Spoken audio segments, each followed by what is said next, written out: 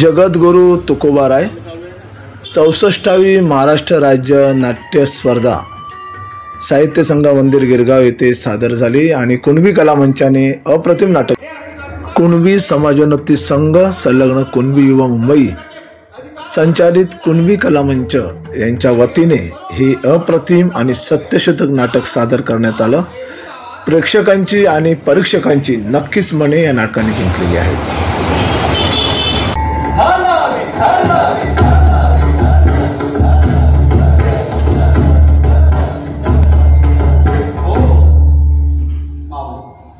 आपण सगळे धार्मिक लोक अहो 33 कोटी देव जणू आपल्या देवघरात जन्म घेतल्याप्रमाणे वावरतात, बरोबर की नाही? आणि ही सगळी देवमंडळी आपल्यावरच प्रसन्न व्हावी म्हणून कधी आपण मनाच्या मनात तर कधी उघडपणे नवस करतो। ते कसे? देवा घर बांधायचं म्हणतोया कुणाची आड काठी येऊ तुमच्या वर्षी 5 मानाचं तोरण बांधेल। तेव्हा गाय आली आहे पण वासराला दूध म्हणून काय देत नाही, तेवढं वासराला दूध देऊ दे, चांगला टोपर दुधाने अभिषेक करेन मी। अजून कोणी? तेव्हा घरी ठरून 5 वर्ष झाली अजून घरात पाळणा हलत नाही, तेवढा पाळणा हलू दे, बकऱ्याचं जेवण देईल म्हणतो। अहो तीर्थी धोंडा पाणी देव रोपेला संजय 900 कन्यापुत्र होती तर मग का करणे लागे पती?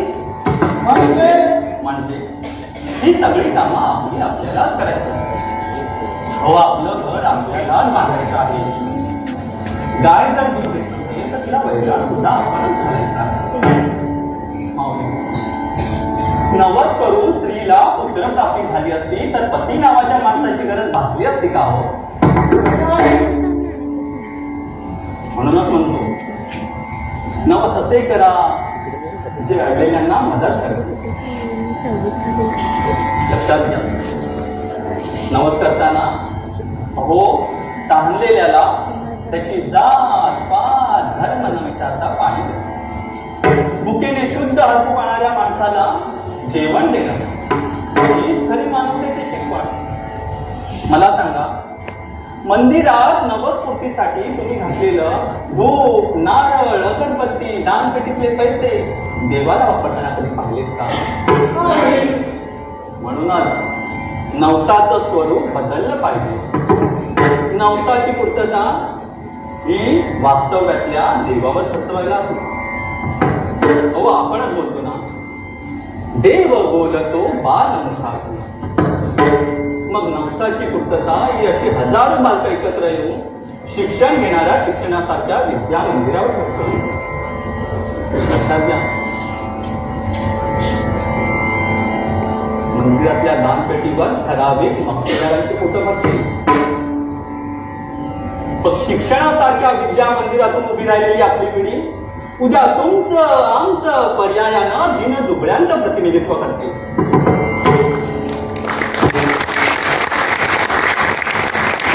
आणि म्हणूनच आम्ही म्हणतो, जे का रंजले गांजले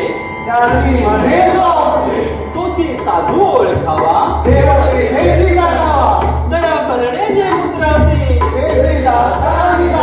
तुका म्हणे सांगू किती भगवंताची मूर्ती विठ्ठल विठ्ठल विठ्ठल।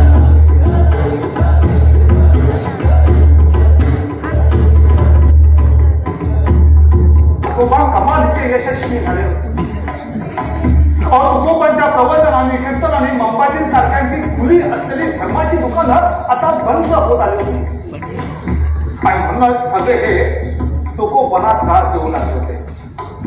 तुकोबांच्या वाटेत मुद्दामच काटेरी कुंपण घालणं, त्याला शिवीगाळी करणं हा आता नित्याचा दिनक्रम होऊ लागला होता।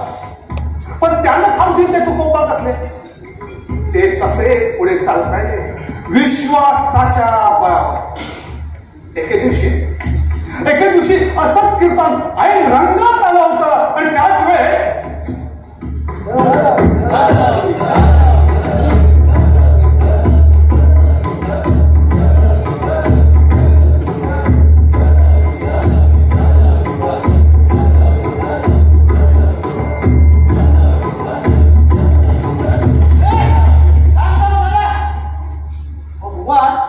हे येऊ गाव होत ना? भागात म्हणत तुकाराम नव्हता म्हणजे संत राहतो. तुकाराम आणि संत का? संत आहे.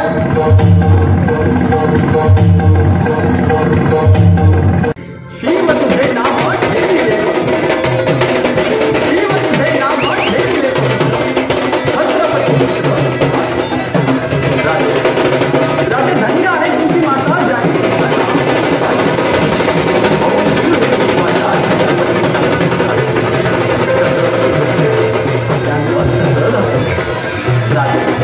राजे मला छत्रपती व्हायचंय,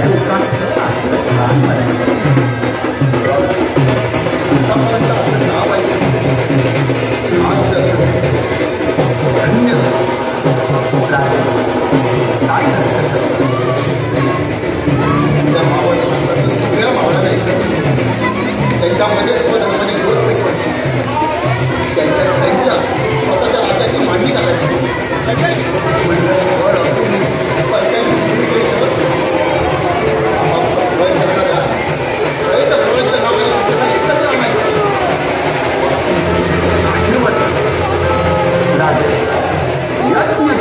देव झाला त्याचा देश आणि हो पहिल्याच भेटीत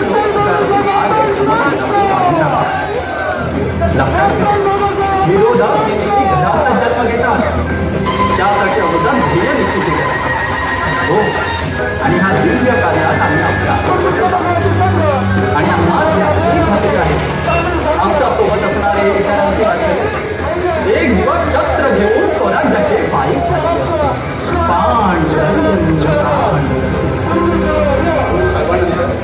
आम्ही आमच्या मनात बोलू शकतो. आपल्या मानवताच्या विचारांच्या खालीच्या राहण्याची खूप इच्छा आहे.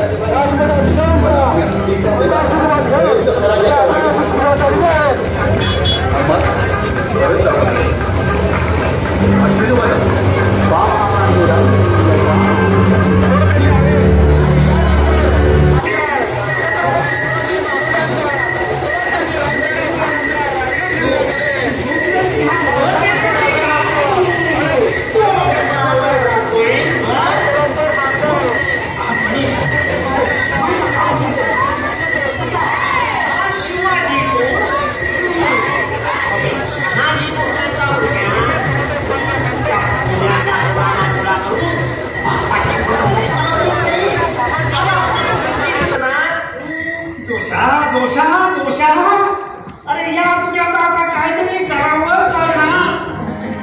देऊ गावची कुलकर्णी महाजी देशपांडे त्यांच्याकडे तक्रारीचं पत्र पाठवलं पण त्याने सुद्धा दुर्लक्ष केलं रे. आता उद्या वाघोडीचे वेदशास्त्र कर्मठ धर्म अभिमानी आणि हे जास्त मंत्री माझं ठीक होता ठीक होता पण आता ह्या मंदिरासमोर उभं राहून लोकांना उपदेश काय करतो निरूपण काय करतो काय रे तू बाबा हे खरं आहे का? मी कीर्तन करतो माऊली. भुकेल्याला अन्न पाणी देतो दाण्याला पाणी देतो असे काय म्हणालास? हो म्हणालो. हे अधिकार तुला कोणी दिले? धर्मशास्त्रानुसार प्रत्येकाचे अधिकार वाटून दिलेले आहेत आणि एवढी परोपकाराची भावना करून दाखवतोय.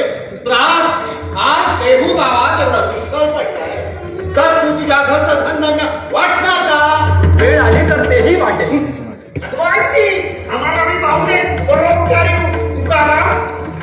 पांडुरंग पांडुरंग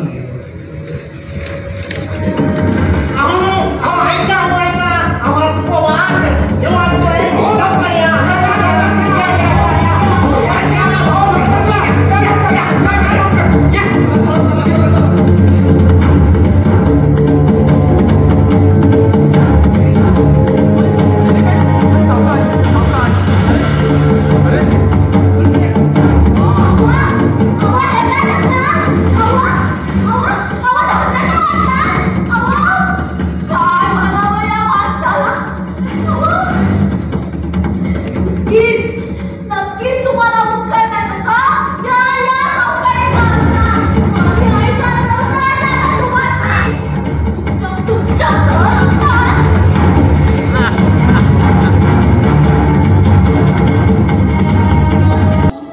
कुठला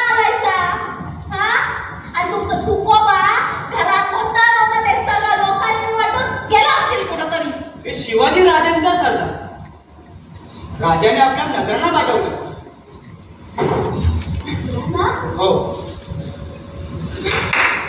या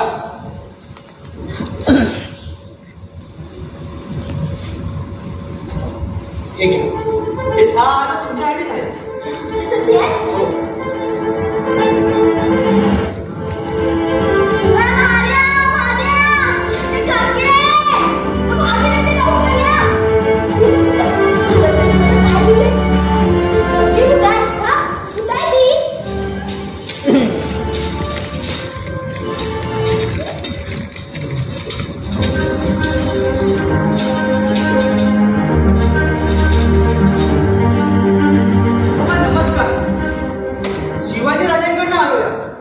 नमस्कार माव.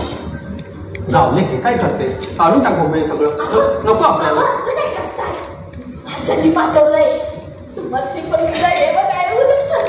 आवले अगं नको आपल्याला हे सगळं. काढून टाका बघू. काढ बघू हे सगळं.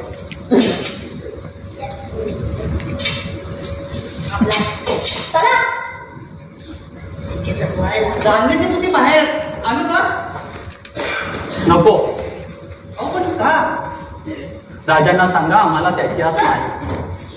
हो पण अहो जनकल्याण व्हावं हे आमचंही ध्येय आहे आणि तुम्ही ते साधलं तर आम्हाला सगळं मिळाल्यागत होईल.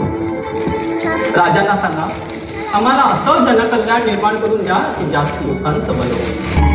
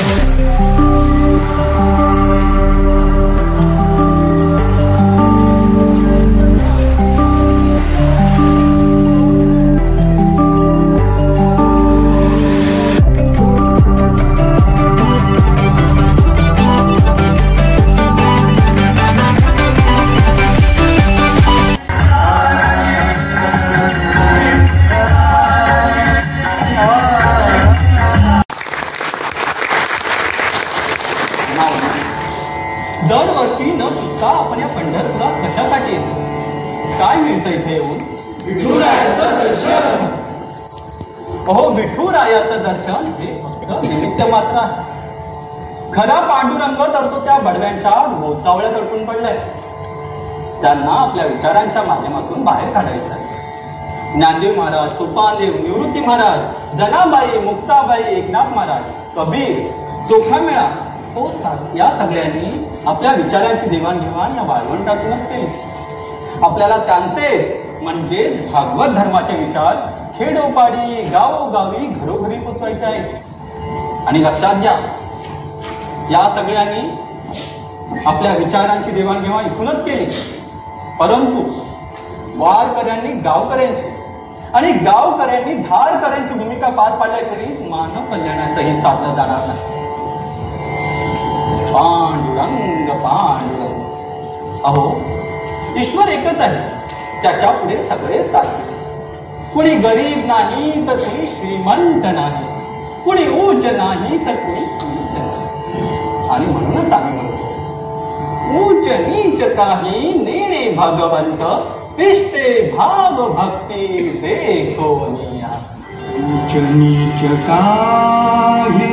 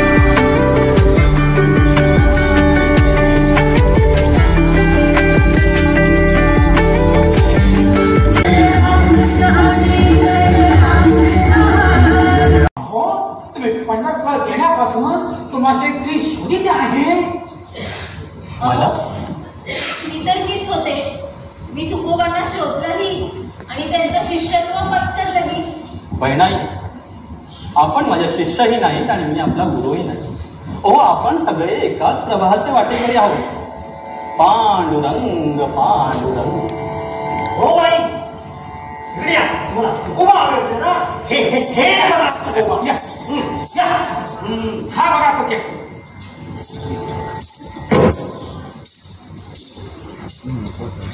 हे काय तुकोबा, किती दिवस झाले तुम्ही आम्हाला भेटायला गडावर आलातच नाही. तुमच्या विना सगळं रंगमहल सुना सुना भासतो आहे. तुकोबा, खरंच आम्हाला त्या महालात तुमची खूप खूप खूप आठवण येते हो.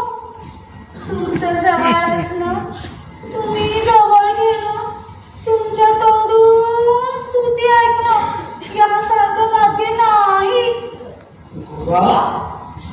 पण गेले काय महिने तुम्ही आलातच नाही. माझं काही चुकलं का? माझ्या सेवेत काही कमतरता भासली का? तुकोबा, आम्हाला असं कर्म करू नका हो. परस्त्री आम्हास माते समान, पराविया नारी रखमाई समान. जाई ओ माते न करी सायाचं आम्ही विष्णुदास नव्हे कैसे. हे काय करतात आणि माझ्या पाया का पडतात? माते, आपण आम्हास रखमाई समान आहात, आमच्या माते समान आहात. जो कलंक तुम्ही या लोकांसमोर आम्हास लावू पाहत आहात, कृपया त्यातून आम्हास मुक्त करा. अहो, आम्ही विष्णुदास आहोत. संसार सुख, क्षणिक सुखाच्या पाठातून कधीच स्वतःला बाहेर काढत या परमार्थाच्या उंच डोहात आम्ही स्वतःला झोपून दिला. पांडुरंग पांडुरंग. महाराज, मला माफ करा महाराज, मला माफ करा. माते, कोण आपण? महाराज, आजपर्यंत तुमच्याबद्दल ऐकले होते, पण तुमचं मोठेपण ज्ञानी नाही आलं. पैशासाठी देह विकणारी मी पतित वेश्या समस्त लोकांपुढे तुम्हाला लज्जित करण्यासाठी सुपारी घेऊन आले होते. गेले काही दिवसांपासून शोधते तुम्हाला, आज सापडला. पण परस्त्रीला मातेची उपमा देणारा माणसातला देव माणूस मी आज पहिल्यांदाच पाहिला.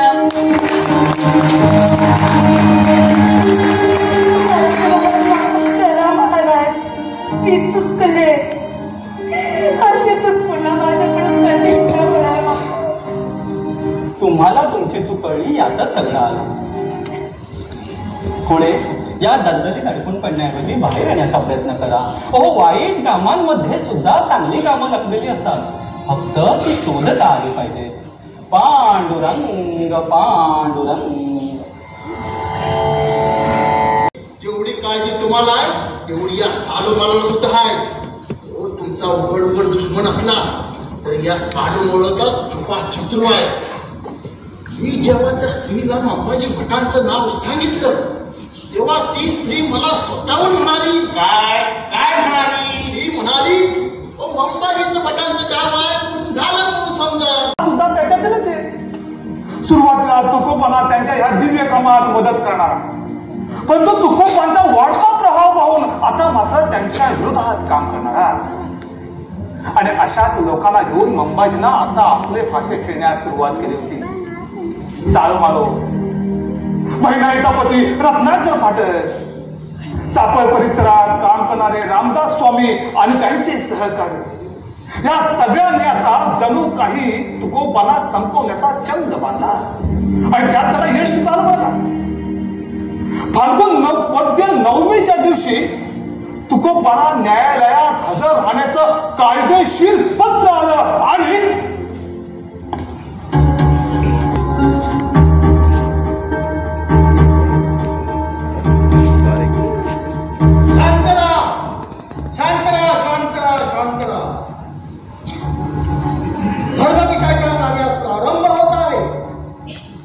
अंबाजी भट गोसावी आणि रामेश्वर भट वाघोरीकर यांच्या तक्रारीवरून तुकोबा बोलोबा आंबिले यांनी जातीविशिष्ट विविध वर्णाबद्दल अवेक करून वर्णाश्रम धर्मास धक्का पोचवण्याचा अक्षम्य गुन्हा केलेला आहे.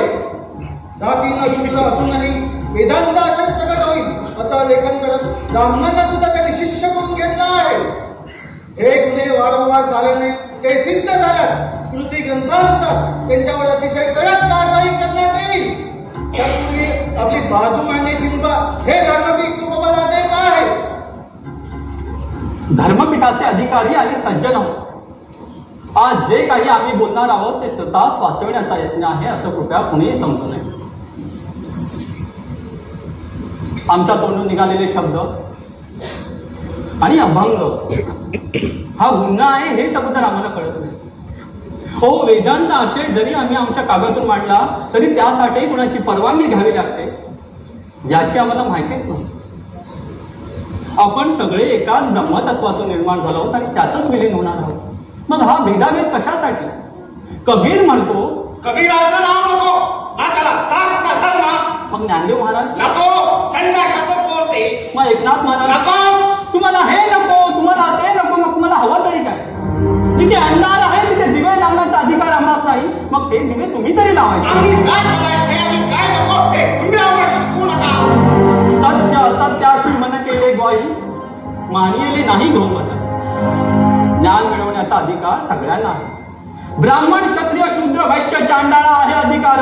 बाळे नर नारी आधी करून वेश्याही हो वेश्याही. नाम संकीर्तन करण्याचा अधिकार, परमेश्वराच्या जवळ जाण्याचा अधिकार सगळ्यांना आहे.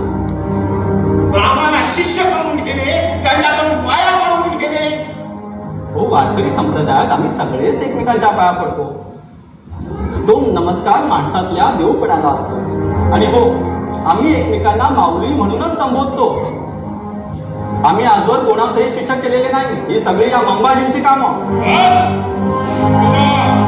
त्यांना अशा वक्तव्यामुळे आणि वादळी लिखाणामुळे लोकांमध्ये परंपराविषयी संभ्रम निर्माण झाला आहे. तू प्रतिग्रंथानुसार माफ करण्याकरता गुन्हा केलेला असून हे धर्मके तुला दोषी ठरवत आहे. यापुढे काहीही लिखाण करायचे नाही आणि आजवर केलेली सर्व ग्रंथ संपदा इंद्रायणी विसर्जित करावी. तुकोबाच्या घरात बहिष्कृत करावे आणि त्यांची सर्व स्थावर मालमत्ता जप्त करावी. हे खरंच तुकोबा इंद्राणीच्या हातकडे येऊ लागले.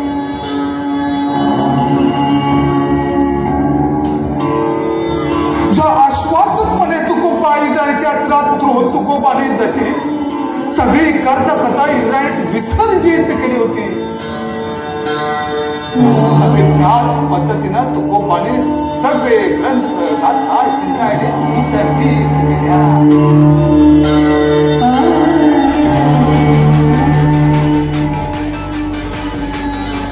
पण यामुळं सर्वस्व हरवून बसल्याची जाणीव तुकोबाला झाली.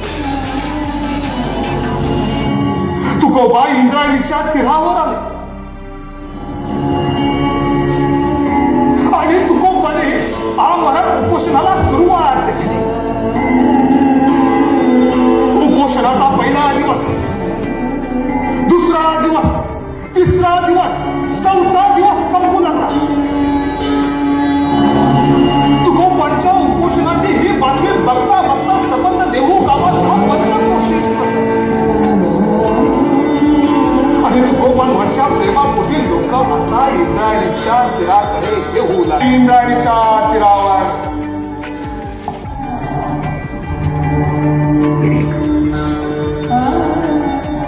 तुकोबा अन्न पाण्याविना सुरू केलेला उपोषणाचा आवाज कसा पाहिजे?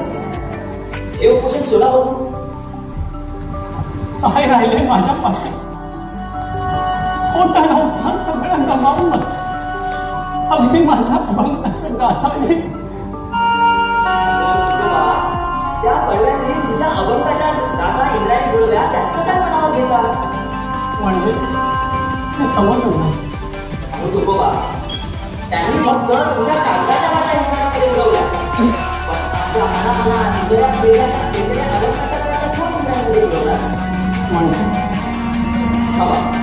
मी सांगते, ऐसे कैसे झाले बंधू, गर्व करून म्हणती साधू, अंगा लावून राखा, डोळे झाकुनी करती पाप.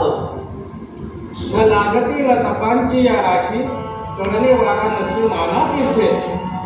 18 पगड जाती सकलही वैष्णव, नाही तुझ्या भाव पंढरीसी.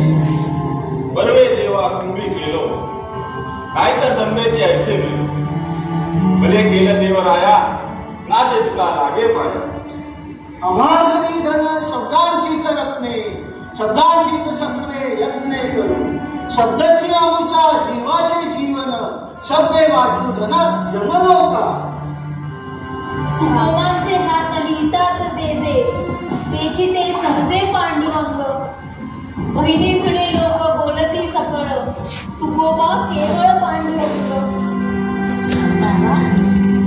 लहानपणा देगा देवा, साखरेचा रवा.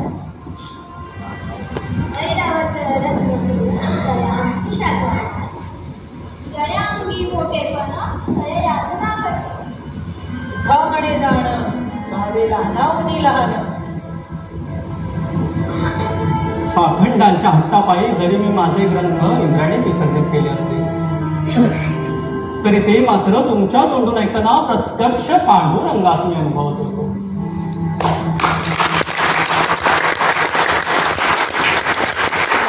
जे इंद्रायणी मिळाले ते मधला पांडुरंग. तुमच्या अभंगांना धाड आहे. अहो साक्षात विठुरायाच्या पायाशी गाठ घालून देण्याचं सामर्थ्य तुमच्या अभंगात आहे. आता यापुढे कधीही अभंग लिहिणं बंद करू नका. पांडुरंग पांडुरंग.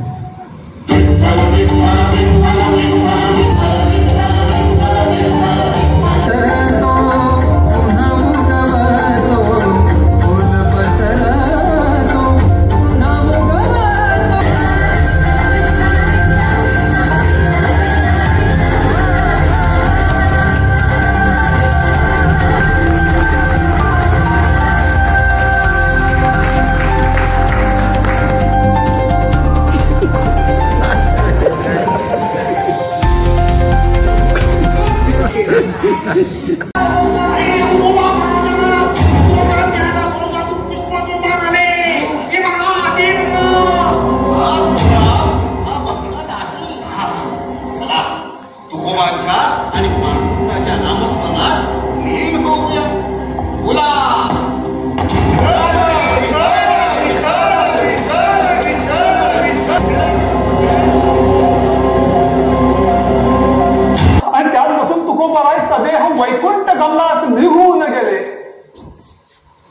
ही रामेश्वर भट आणि मंबाजी स्वामी यांनी सांगितलेली गोष्ट महाराष्ट्रातल्या प्रत्येक वारकऱ्यांना, प्रत्येक माणसाच्या घराघरात आणि मनामनात जरी सोपवली असली तरी तुकोबांच्या याच महापरिनिर्वाणावर अनेक लेखकांनी, अनेक चिकित्सकांनी वेगवेगळ्या पद्धतीनं भाष्य केलंय. काही लोक म्हणतात तुकोबरायांना आपल्या मरणाची जाणीव ही अगोदरच झाली होती आणि म्हणून तुकोबा स्वतःहून काशी तीर्थास निघून गेले. काही लेखक म्हणतात तुकोबराय ज्या इंद्रायणीच्या तीरावर ध्यानास बसले होते तिथे काही सुसरी मगरी आल्या आणि त्याने तुकोबांना गिळंकृत केलं. काही लेखक म्हणतात तुकोबाने रामेश्वर भट आणि मंबाजी स्वामी यांच्या जाचाला कंटाळून इंद्रायणीच्या तीरात उडी मारली आणि स्वतःला संपवलं. तर काही लेखक म्हणतात तुकोबरायांना त्यांच्या मरणाची जाणीव अगोदरच झाल्यानं त्याने इंद्रायणीच्या अलीकडे किंवा पलीकडे स्वतःहून समाधी खोदली आणि त्यात जाऊन स्वतः बसून त्यांनी त्या समाधीचं दार बंद केलं. पुढचे 3-3, 4-4 दिवस त्या समाधीतून विठ्ठल नामाचा जप लोकांना ऐकू येतात. तर काही लेखकांनी म्हटलं तुकोबरायांचा योगाभ्यास इतका दांडगा होता की त्याच्या बळावर तुकोबरायांनी स्वतःचं वजन हे पक्षाप्रमाणे हलकं केलं आणि तुकोबराय उडत उडत उडत उडत वैकुंठास. पण तिथेच आमचे काही चिकित्सक लेखक मात्र काही प्रश्न तयार करतात. ते म्हणतात जर तुकोबांना खरंच वैकुंठ गमनास निघून जायचं होतं तर तुकोबा त्यासाठी एकादशीसारखा पवित्र दिवस का म्हणून निवडत नाही? एवढी अत्यंत महत्वाची गोष्ट तुकोबराय आपली गरोदर पत्नी आवली, भाऊ कानोबा आणि आपले वारकरी यांना का बरं सांगत नाही? तुकोबांचं वैकुंठ गमन ही खरंच गोष्ट चांगली असेल तर तुकोबांच्या वैकुंठ गमनानंतर 3-4 दिवसांनी तुकोबांचे टाळ, तुकोबांच्या चपला इंद्रायणीच्या तीरावर कशा काय सापडतात? तुकोबांच्या नावानं 3-3, 4-4 दिवस विनाविपत्र तुकोबांच्या घरी कशी काय येतात? आणि जर खरंच तुकोबारायांचं वैकुंठ गमन ही गोष्ट जर का चांगली असेल तर तुकोबांच्या वैकुंठ गमनानंतर तुकोबांचा भाऊ कानोबा कायमच्या त्याच्या सासरवाडीला आणि तुकोबांची गरोदर पत्नी आवली तिच्या माहेरी का बरं कायमची स्थिरावते? हा सगळा परिक्रमेचा भाग पाहिला तर तुकोबांचं वैकुंठ गमन यामध्ये कुणीतरी स्वतःचा स्वार्थ साधतोय असं वाटत नाही. मग नक्की घडलंय तरी काय? हा दिवस 9 मार्च 1649 धुळवडीचा हा दिवस मध्यधुंद अवस्थेत असलेल्या आणि आपल्याच लोकांना अवज्य भाषेत शिवीगाळी करणाऱ्या आपल्या लोकांपासून स्वतःची सुटका करण्यासाठी तुकोबा भल्या पहाटे घरातून निघाले. घराबाहेर चपला घातल्या आणि तुकोबा निघाले. अत्यंत आश्वासन, शांतपणे, निर्विकारपणे तुकोबा निघाले. इंद्रायणीकडे आले. इंद्रायणी जवळच्या करंदई बेटावर आले.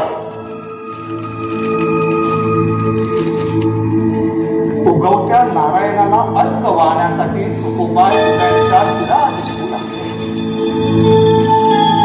आणि त्याच वेळेस तुकोबांच्या मागावर असलेले साळोमाळो, मंबाजी भट आणि रामेश्वर शास्त्री इंद्रायणीच्या तीरावर पोहोचले. परिस्थितीचा कानोसा घेतला. नजरानजर झाली आणि साळोमाळोला घात घातलाच.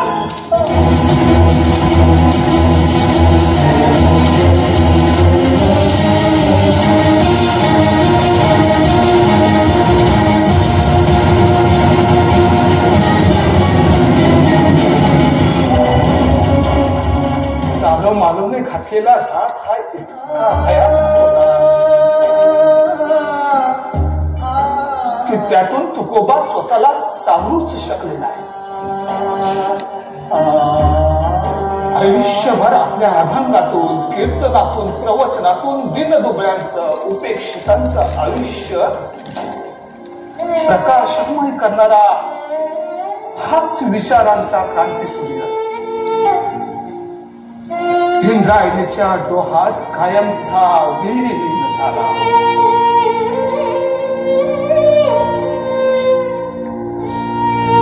आमच्याशी पत्करले बैलत्व त्याशी संपविले आम्ही कोण बोलू द्या.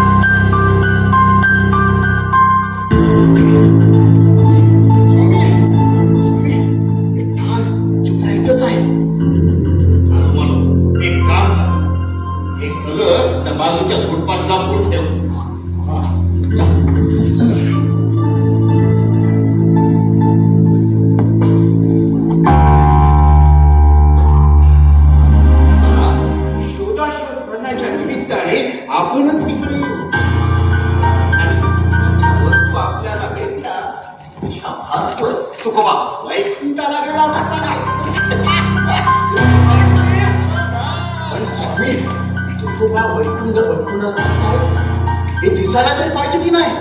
अरे मूर्खा, आम्ही जे बोलू तेच सत्य होते. आणि तशीच का जर एखादी वेळ आली तर देव आवडी ठोकून जो पुढे एखाद बापाचा असेल त्याला तुकोबा वैकुंठाला जाताना दिसेल. नाही त्याला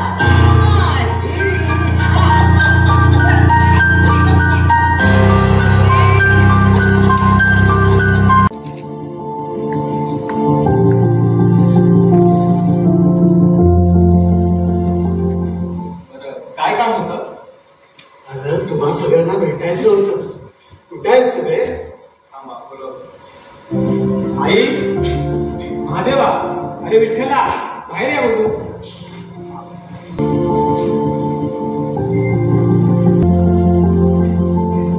नमस्कार नमस्कार मालकीन बाई. मी कसली मालकीन बाई? अरे ते तुकोबांच्या राज्यात. याचं नाव काय? हा आमचा लहान भाऊ विठ्ठल. छान नाव आहे. हो महादेव. बोला, काय बोलत होता? ना महादेवा, विठ्ठला, आम्ही बुवांचे निष्ठावंत सहकारी. कधी कधी नियतीपुढे कुठतरी टेकावे लागतात, अशीच आमची गत झाली. पण म्हणतात ना, त्या तुकोबांच्या राज्यात त्या मुंबईच्या भटानं असत्यावर सत्याने विजय मिळवला. ही गोष्ट जरी खरी वाटत असली तरी आमचा मात्र त्यावर विश्वास नाही. पण बाबांनो, आता शिवरायांचं राज्य आहे, आपलं स्वराज्य आहे. आणि शिवरायांच्या मनात तुकोबांविषयी नेहमी जिव्हाळा होता.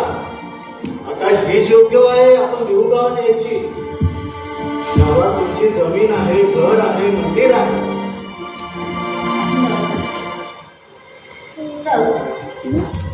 आम्हाला याचं काय बी नव्हतं. आम्ही माझी पोरं चटणी मिठाशी खात आहे. ज्यांनी लोकांना प्रत्येक गोष्टीत आपलं म्हणून समजून घेतलं होतं, ज्याने लोकांना हव्या असलेल्या गोष्टींना आपल्या प्रवचनातून, कीर्तनातून वेगळी वाट निर्माण केली. छत्रपती शिवरायांना पहिल्याच भेटीत छत्रपती नावाची पदवी बहाल करतात.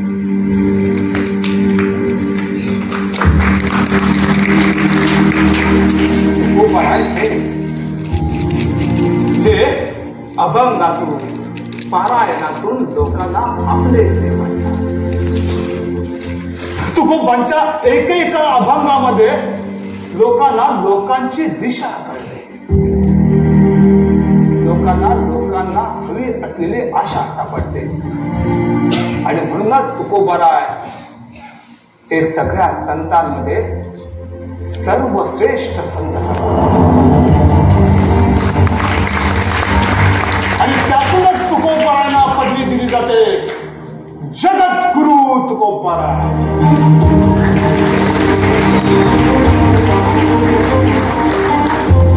त्यासाठी स्वतःला त्या मातीत गाडून घ्यावं लागतं. तुकोबारायांनी स्वतःला त्या मातीत गाडून घेतलं आणि म्हणून विचारांचे हजारो पायक तयार झाले. तुकोबाने अभंगातून आपलं भविष्य सांगितलं आणि प्रत्येक गोष्टीतून विचारूपी वारकरी भाला समान तयार झाले. तुकोबांच्या वारकऱ्यातून शिवरायांना अपेक्षित असणारे मावळे सुद्धा तयार झाले. ही आहे खरी संतांची शिकवण आणि जी तुकोबाने अचूकरित्या या मातीत केली. आणि म्हणूनच या महाराष्ट्राला संतांची भूमी म्हणून संबोधित केलं जातं. एकानं संतांची वाणी बहाल केली तर त्यातूनच निर्माण झालेल्या छत्रपती शिवरायांनी रयत स्वराज्याची निर्मिती केली. लोकांना आशेचा किरण लागला. भक्ती आणि शक्तीचा तेजस्वी संगम म्हणजेच तुकोबाराय आणि छत्रपती शिवराय. 20 वर्षांनंतरचा हा हुंकार पुनश्च एकदा देहू गावात होऊ पाहत होता. आणि बघता बघता तो एकादशीचा दिवस उजाडला. लोकांनी बघितलं ना उद्या असं काळच करू नकोस.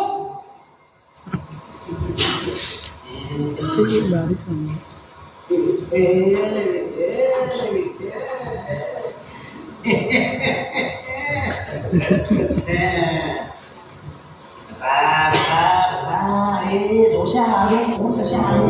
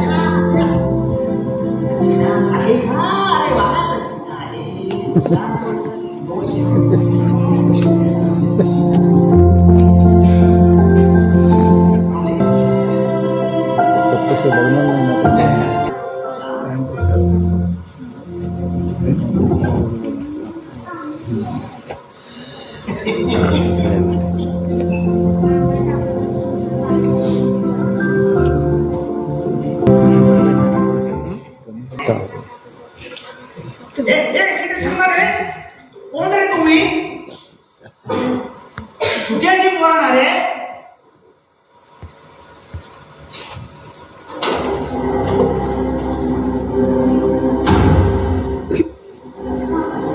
कुठेची पोरे?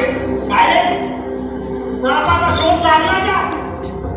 मेला की जिवंत आहे? कुठे आहे? आणि मेला असेल तर त्याचा तुम्ही श्राद्ध अजून घातलेला नाही, ते आधी घाला आणि बघ लागले. अरे धर्म बुडवायला हे धर्माच्या पायका.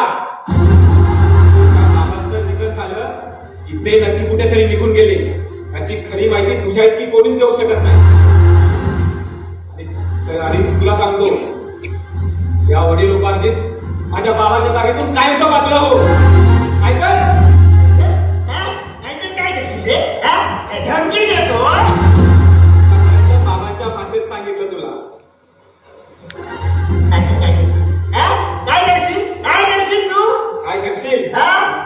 महादेवा, विठ्ठला, काल्या.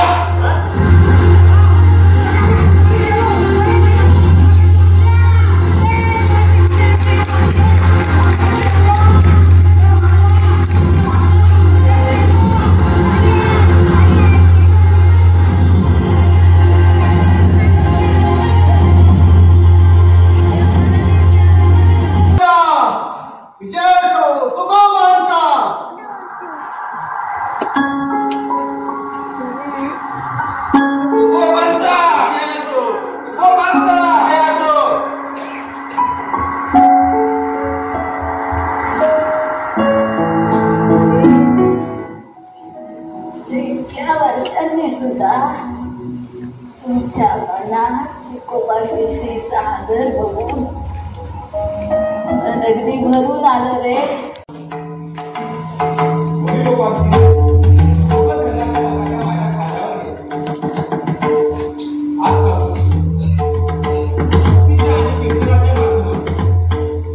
लोकांना त्यांच्या अस्तित्वाची जाणीव करून